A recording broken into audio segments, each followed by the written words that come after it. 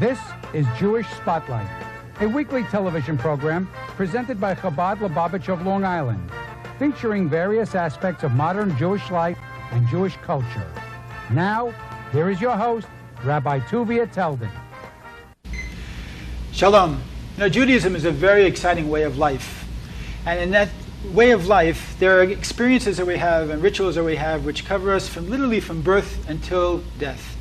And those are very important parts of the life of a Jew. Today we're going to be talking about one event, which is perhaps the first event in life that we all experience, and something that is such a beautiful part of the Jewish practices. It's the ritual of circumcision, which is called in Hebrew Milah. We have with us one of the renowned Moyalim, or ritual circumcisers, in the United States and located here in New York, and that is Rabbi Pesach Krohn. Rabbi Krohn, it's a pleasure to have you with us today. Thank you. I'm honored to be here. Well, we're looking forward to an interesting half hour. Now, let's start off by telling us something about your own background, because I understand that you're a fifth generation Moyal, which means that you can directly date back your own line, not only 5 generations, probably even more than that, but at least as far as circumcisers in your family, that's quite an accomplishment. Well, I was really very fortunate to be born into this type of family. My grandfather was basically a Moyal in the McKeesport, Scranton, Pennsylvania area. Okay. And my father, blessed memory, he learned Milah from him. He learned how to be a Moyal from his father. And my grandfather and father always told me that I should learn Milah, and then I would have the choice whether I wanted to be a Moyal or not. Right. But So unfortunately, you had who to apprentice with? Basically my father. Really? But unfortunately, I became a Moyal in very tragic circumstances. My father was only 47, and he realized that he unfortunately had cancer. Oh, I'm sorry to hear that. He realized that if I did not become a Moyal immediately under his guidance, right, then he would never have the opportunity to teach me. And I was only 21 at the time, and I started going with him full time. I had to leave the yeshiva. I practiced in hospitals. I had training in hospitals, but basically he was my main mentor. Interesting. And as of January 66, I went with him every day, but as of June 66, he no longer could do it. And as a 21-year-old, I guess it's almost a child. I mean, today, at that time, I didn't think I was so young, but I look back today and I think, my goodness, why would anybody take a 21-year-old kid as a Moyal? As a matter of fact, many times what would happen, I would walk into a house after that, and they would take a look at me. They say, "Rabbi, you're so young." And I said, "Well, the baby's also young." So you can relate well. Right.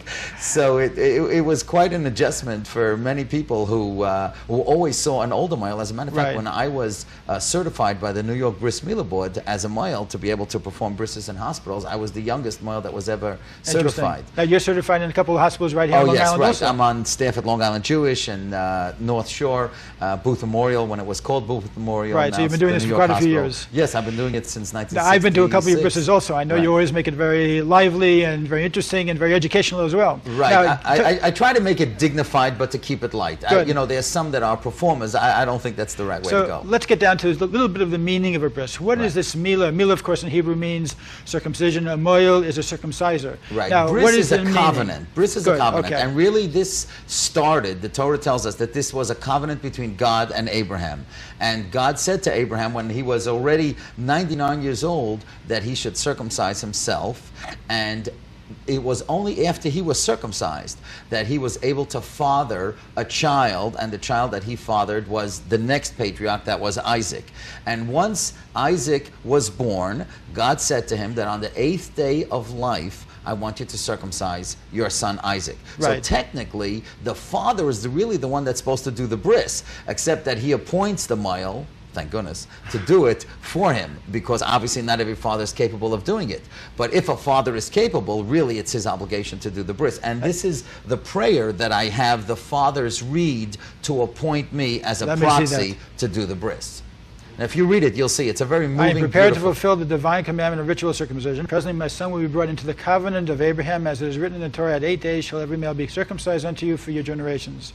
It shall be a token of the covenant between me and you. And then I appoint the Moyal. I want to just talk about this at one point over here also. This idea of a covenant is such a unique thing that the Jewish people have. I don't know if there's any other religion that has a covenant, especially a covenant that is literally marked into the flesh of the human being. Right. Not as a tattoo or anything, but as a very special mark of what it means to be connected. And it's very, very I think people are very curious about the fact that this covenant is made through the type of limb of the body that it is made with. Right. Well, if this is the part of the body that is able to bring a soul from the heavens. This is the part of the body that ensures our continuity.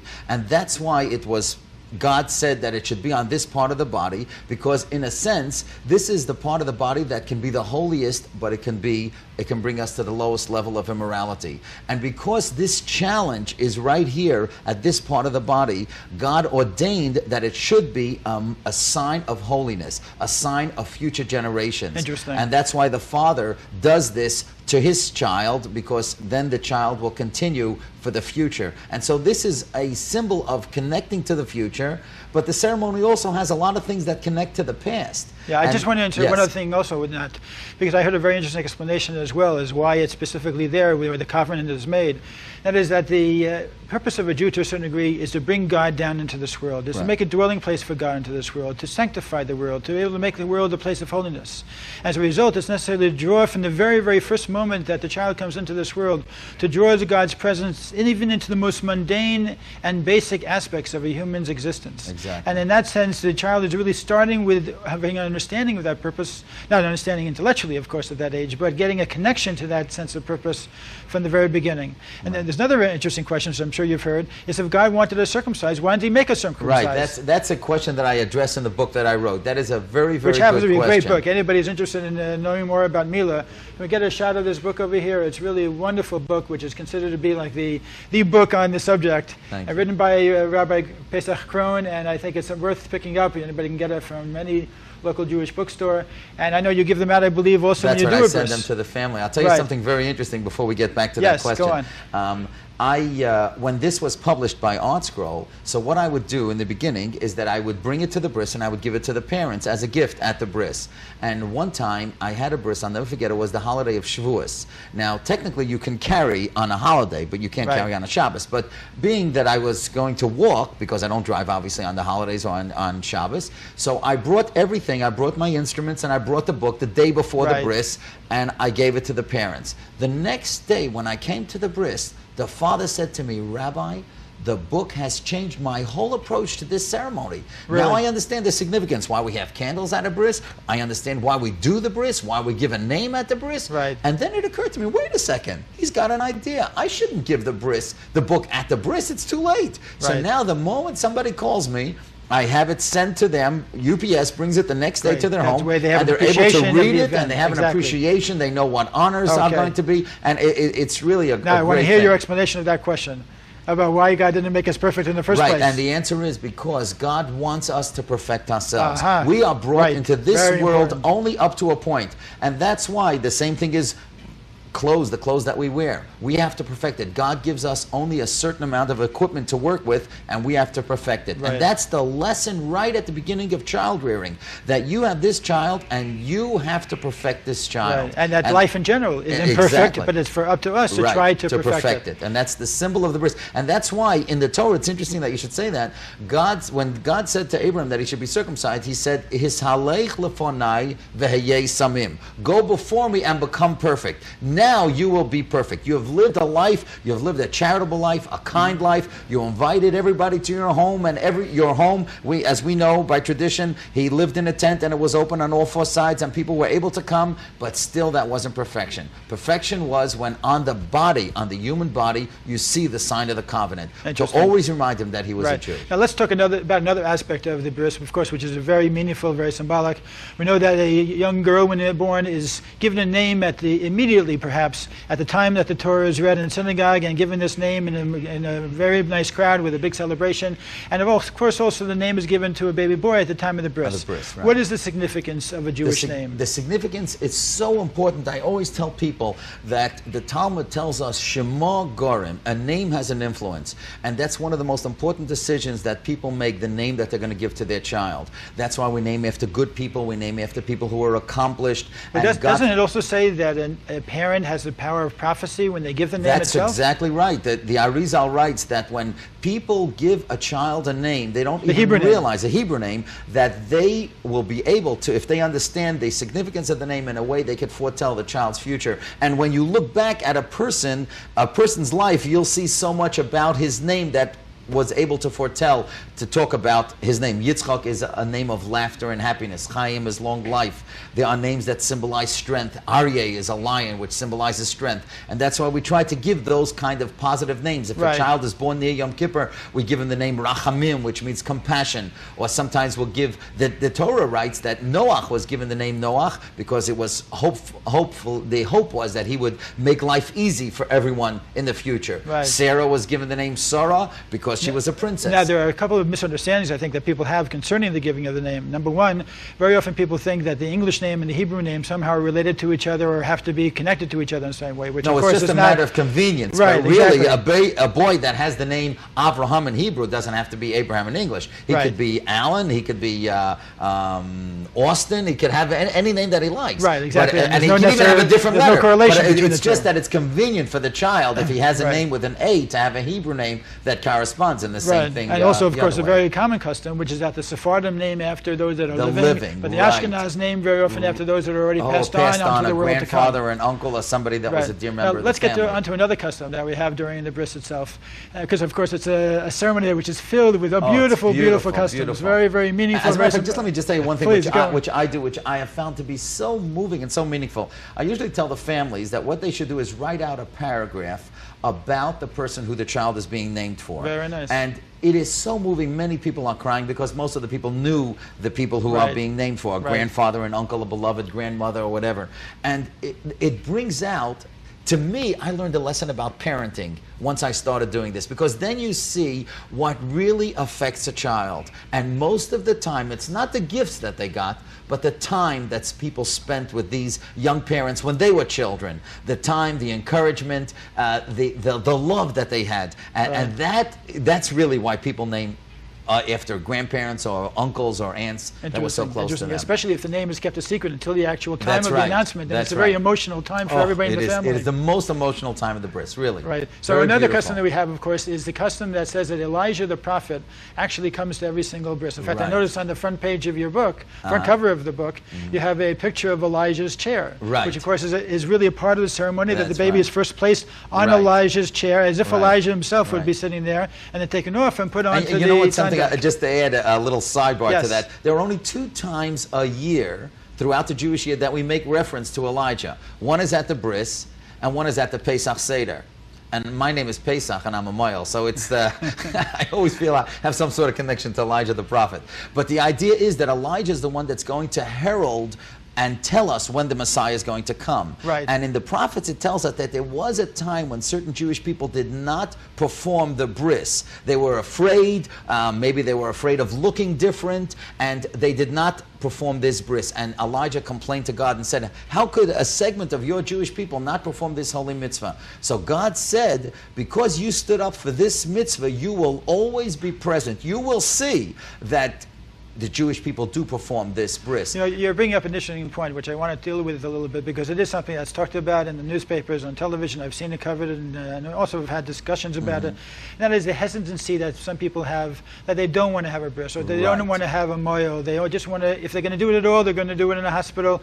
How do you talk to a person and try to encourage them specifically to do it in the traditional manner? So I tell them this way, that not one reference any place, not in the Torah, not in the Talmud, not in the Medrash, does it say any place that we do a bris for a medical benefit. We do it as a ritual. That's why many people who are not religious, who are doing it for a medical Right. benefit because they feel that it removed cancer from that area and it helped in many, many different health-related ways. So, of course, if they're not religious and they're looking only for the medical benefit, and some then say, well, it's not such a medical benefit, it doesn't really make a difference, so therefore then they do away with it. That's why I feel it's so important that not to call a doctor to do a bris. A doctor who is a moil is sending a wrong message. Rabbi Moshe Tendler, who is a brilliant Talmudic philosopher, philosopher and teacher in Yeshiva University and is also a professor of medicine, he will not allow a doctor to do a bris in his synagogue, even if the doctor is an Orthodox fellow, because that sends the wrong message. We don't do it for a medical benefit. It happens to be a medical benefit. And for a while, the American Academy of Pediatrics was wavering whether it was a benefit or not, but now they're going back to it. And they say that it definitely is. It makes sure that there will not be infections, that there will not be not only cancers, but all kinds of kidney or urological problems. Really? Right, are removed when a child is circumcised. But it's a ritual. We do it as a ritual. That's why they should get a rabbi or a moil, but not the doctor. Interesting. Rabbi Krohn, I'm sure you have some interesting stories that maybe you could share with us about your travels. You traveled probably internationally. I'm sure you well, I'll tell you, I've had, obviously most communities have a moil, but I've had the opportunity to be in Puerto Rico. By the way, the nicest thing in Puerto Rico, do you know how they say mazel tov over there? How? Mucho nachas. Mucho nachas. That's how they say mazel tov in Puerto Rico. But I had a bris once in Bermuda. This fellow was working for the fellow who made the movie Saturday Night Live, and somehow he had the director of the film had some sort of a mansion in Bermuda, and this guy was working for him. He had a boy, and he was stuck in Bermuda, Nebuch. I guess if you got to be stuck in a place, it's not a bad place to be stuck. So I went there to do a bris, and of course I've had the opportunity to do bris in Eretz Yisrael in Israel. My own grandson I have two sons now who live in Jerusalem. So when my oldest son had a little boy, that bris was in Jerusalem. That's very special. Have you ever done a bris on an older Russian person? Somebody yes. who's those are come very, out? very Tell moving. me about it. Yes. It must be a tremendous experience because it is a they're coming out with such a desire experience. and a drive to be able to be connected with it this. It is so incredible. I'll never forget one time in New Haven, Connecticut, I was called by a Rabbi Feldman, and it seems that there was a boy in the school who had come from Russia. It was a young boy, maybe 10, 11 years old. And they were learning in Bereshis, in Genesis, about the portion of God saying to Abraham that he should be circumcised. And this boy came home to his father and he said, "Dad, what does it mean to be circumcised?" And the father was afraid to tell him because he knew that he was not able to circumcise his child when he was in Russia. And he came back to the teacher, to the Rebbe the next day, and he said, "Rebbe, tell me exactly, what does it mean to be circumcised?" And they went through the whole discussion, and the boy realized that he wasn't circumcised. And he said, "If I am in a free country, I would like to have a bris." And he came home and he told his father didn't believe it, that this son wants to have a bris. He's going to do it at 11 years old, at his own free will. So I remember we came, and of course, 11-year-old boy, you want to do it in the hospital with an anesthetic, a general anesthetic. That's the best way to do it for that age boy. And I remember there was a glass partition where the father was able to stay on the other side, and he watched as we were doing it. I was doing it together with the doctor. And as he made the blessing, I will never forget this because we had a little microphone. As he made the blessing, to bring this child into the covenant of Abraham, he was so overcome he fainted. Really? Everybody left the kid. They were working on the father. But fortunately, he was in the hospital. Right, that's right. That's right. But the idea was that here in the United States, many times we take it for granted. And there's a beautiful story that I once heard, and I remember I once had a bris in White Plains, and Rabbi Turetsky, he had just come back from Russia, and he told a story of how he was at a bris in Russia in secret. Before it was open that you could go the way you do everything today in Russia, you can go without a problem. And he said that he was telling the people, they were in a basement someplace, and he was telling them, it's such a beautiful thing. They spoke Yiddish, and he spoke Yiddish, so he wanted to tell them the significance of the prayer. So he said at the end of the prayer, at the end of the bris, we all say this prayer. Kashem shenichnas la bris, ken yikonis l'tar el l'chur v'masan tovim. As a matter of fact, that's what I have on the cover of the book. Kashem shenichnas la bris, ken yikonis l'tar el l'chur v'masan tovim. Just as we've entered the child into the bris, so we want to be able to enter him to the study of Torah, the canopy, and good deeds. And that's thinking ahead. That's thinking ahead, right. So the people said to him in Yiddish, "Rebbe, du zun's gescholten. Rebbe, you cursed us." He said, "I cursed you. This is the most beautiful blessing." He said, "You said the way we did this in secret and in hiding and worried about the police, that's how we should do Torah, study Torah and chuppah and good deeds." And he said he realized then the beauty of America, the beauty of a free country, and that when we say this prayer at a bris, we should be thankful to God that we live in such a country that we could have a bris, that we could have schools, that we could have a chuppah with great celebration and with great feeling of emotion, public emotion at times. Right. And that's what we should never take that for granted. Right. I just want to point out also for our audience here, if we can get a shot of some of these yarmulkes, you have some very cute yarmulkes here, which I guess you give these out to the babies. Yes, what happens is that, you see, my father will show him, this was his idea. Get a shot of those? That he had some yarmulkes that he brought back from Israel. So and this is when I do a Bris in Manhattan. I like to show give the I Love New York yarmulke. Yeah. And when I see that there's a Met fan, so we give them the Met colors. And if somebody's using an Irish name for their child, like Sean or Dylan, so I give them the green one. And then on Hanukkah, we have the Hanukkah yarmulke here. I see you had a little bit of an interesting dimension. An interesting touch, right. And the most popular yarmulke of all was in 1976 when I gave the red, white, and blue, the bicentennial. That went over best. Now here also you have, of course, a certificate that was received on the occasion of the bris. And of course, with this the baby is something naming. that anybody who would like to call me, or many doctors have this in their offices, it's called If It's a Boy. And what it is information. You would be surprised how many people call me today that they're expecting a baby and they know that it's a boy and they want to plan. They know exactly when the baby's going to be born, especially if it's cesarean, but so they want to almost plan it to the day. So I prepared this little pamphlet that explains the basic laws. I was once written up in the New York Times, the Long Island section, so this is an article about my carrying on the ancient ritual. This is an article about myself. I had the opportunity to do triplets twice. Really? 3 times actually. That must have been exciting. And yeah, this was really very nice, a great picture. And so like this, they can learn something about the name, about the significance. The fact is that the education is so important, to be able to let people know so what, because there are so many misconceptions when it comes to something like this. I'll And tell you so many something. different rumors flying around. Right. And it's important just to let people know it's done very, very medically. I mean, everything is to the T as far as and it's Sterile anything, equipment sterilization and all. and everything you could possibly imagine. And there's really no risk at all. Of course, the hardest part is what? Is very often just hearing the baby cry, which takes how long? 5 seconds, 6 Not only seconds? that, but you know, the baby starts crying as soon as you begin to hold him. But what you said about the education, let me tell you something that struck me very much. A number of years ago, I had the opportunity to be in Israel, and I went to the Ma'aras HaMachpelah, the cave of the patriarchs. And you know that Abraham is buried there, and Isaac and Sarah, and of course Isaac and Jacob, you know, with the wives. And I remember praying at Jacob, and you know, I felt moved, and I prayed at Isaac's tomb, and I felt moved. But by Abraham, I was so moved. I just started crying. I was so overwhelmed, and the reason was because he was the first moil. Right. But not only that, he was the one that encouraged people to understand about God, and the Talmud tells us that he brought the men to Judaism, and Sarah, his wife, brought the women to Judaism. Right. In other words, they were the first tier of professionals, if you want to call it that.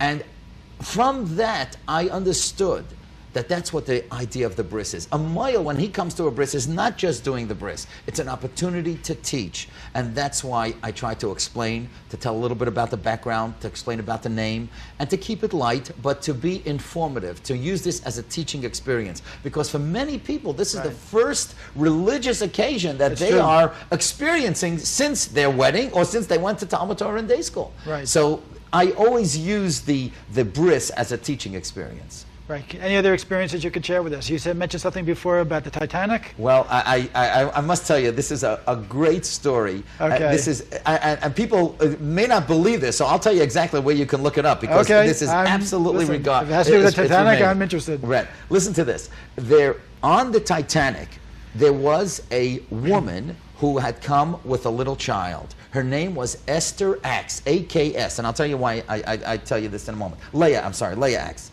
And what happened was that she had come, she was married to a fellow from Germany. She lived in England, and then he wanted to move to America, and he decided that he was going to go, but she was expecting. So her parents said, I'm sorry, you cannot travel when you're expecting. I want you to, your husband will go to America. He moved to Virginia, and he was waiting for her. She had the baby, and a few months later, they came to travel.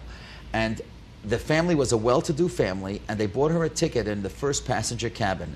But she was not allowed to board the first passenger cabin because she had a baby. And the people in the first cabin, they didn't want to hear a baby cry at night and in the dining room, so she had to be in the third passenger cabin. So now here this woman is in the third passenger area of the boat, and one night, as everybody knows, in the middle of the night, it hit the iceberg, and there's tremendous, tremendous panic on the boat. And what happens is that it's so amazing, this story, because the haughtiness of the people who built the Titanic, they were so convinced. They advertised this was the boat that even God couldn't sink. And they did not have enough lifeboats. There were over 2,200 people on the boat, and they only had 1,400 lifeboats, because they never imagined that anything could happen. What happened was that they announced that only women and children would be saved first. They would be Right. going down to the lifeboats. And there was a man who snuck down, and they took him off that lifeboat. And he snuck down again, and he came back onto this boat, and he was in a rage and in a fury. And this woman was stuck in the third passenger cabin. The sailors had lifted her up, and the richest woman, Madeline Astor, saw this woman with the baby. She took off an 8-foot shawl that she had, a long, beautiful shawl, and she said, "Here, wrap the baby." Now, this part of the story is impossible to believe, but I'll tell you where to look it up. You could look it up in a second in encyclopediatitanica.com. Encyclopediatitanica.com. Okay. That's where it's at. And what happened was that this man, in a rage, because he knew that he was going to die himself, because there were not enough lifeboats, this woman was standing ready to get off the boat, the Titanic, and to go on a lifeboat, and he took the baby and he literally threw the baby overboard. Really? In a panic, in a rage. Unbelievable. And she, Nebuch, started screaming and yelling. And the people said to her, "You've got to get off the boat. You've got to save your own life." And she didn't want to go, but they forced her, and she was on the lifeboat. And the next morning, the Carpathia, that was the boat that the ocean liner that came to save all those people that were on the lifeboats. And they Right. took this woman off. The next morning or a day after, she was on the boat, and she sees a woman holding her baby. And she yells. The child was already about 9, 10 months old. And she yells towards the child, and the child opens up its arms and wants to go to the mother. What happened was that there was a whole argument. This woman had caught the child. She was in a lifeboat, and she thought it was her God-given mission that she has Really? to raise this child as a Catholic child, as a Christian child. And she would not give up this baby. And finally, there was this tremendous argument, and the captain of the Carpathia said, "You know, how could anybody prove whose child it is?" And she said, "I can prove it." And she said, "How could you prove it?" He said, "Take a look, he's circumcised. He had a bris." And they opened up the diaper, and they saw the child had a bris, and they gave her back a baby. Unbelievable. And that's how she got her baby. That's amazing. It's amazing. And I spoke to the wife, this boy, Frankie, Ephraim Fischel was his name. He was a Shomer Shabbos. He walked for miles to shul when he was a Interesting. kid. Very And, interesting. and Well, that's how she got the child. Rabbi back. Krohn, thank you very much. If anybody should want to get in touch with you, can you give us a phone number? 718 Yes. 846 Yes. 6900. Again, 718 846 6900. My name is Rabbi Okay. Pesach Krohn. I'm thrilled to send any information to anybody Okay. who's expecting a Well, child. it's a pleasure if to have they you need here. me, I'll be happy to come. Thank you very much. I appreciate Pleasure. your time. Thank you. And I just want to give a message to everybody out there. If you have the opportunity to perform a circumcision on your son, if you have it already, do it. If you are having a child in the future, think seriously about it. It's a beautiful custom. And remember, it's a covenant. It's more than just an act of a physical operation. It's more than just a ritual. It's an actual connection which is made between an individual, a human being, with God Almighty. It's a beautiful tradition, just like all of our traditions are, and it's a tradition which you should consider very, very strongly. And I hope that you will really do a mitzvah, because this is the greatest mitzvah you could perform for your child if you haven't already. In the meantime, take care, do lots of mitzvahs, make the world a better place, do whatever you can to make your community and your family a happy one, a healthy one, a Jewish one. Take care.